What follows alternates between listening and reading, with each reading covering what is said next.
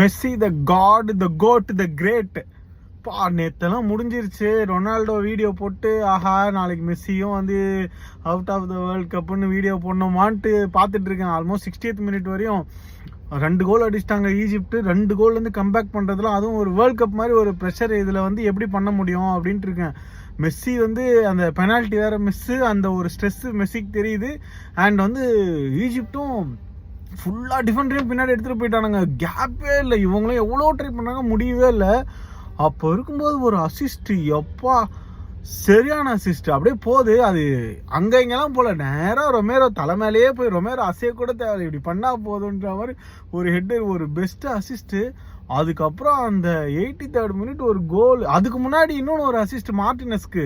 அந்த அசிஸ்ட் வந்து மார்டினஸ் வந்து ஹெட்டர் பண்ணி அது வெளியே போயிடும். அதை உள்ளே போட்டுருந்துருக்கலாம், பட் அது மிஸ்ஸு.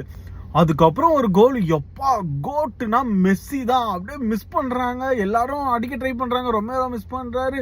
அப்படியே வந்து தலைவன் எங்கேருந்து வந்து அப்படியே ஆஃப் வாலியில் ஒரு ஷாட்டு அப்படியே கிழிச்சிட்டு போகுது, கோல் கீப்பர் கையில் பட்டு கோல். அதெல்லாம் வந்து கோட் மொமெண்ட்டு. இந்த மாதிரி ஒரு ஹை ப்ரெஷர் மேட்ச்சில் வந்துட்டு அதை பாசிபிள் ஆக்குறதுலாம் வந்து அந்த பிளே மேக்கிங் எபிலிட்டி எல்லாம் சான்ஸே இல்லை.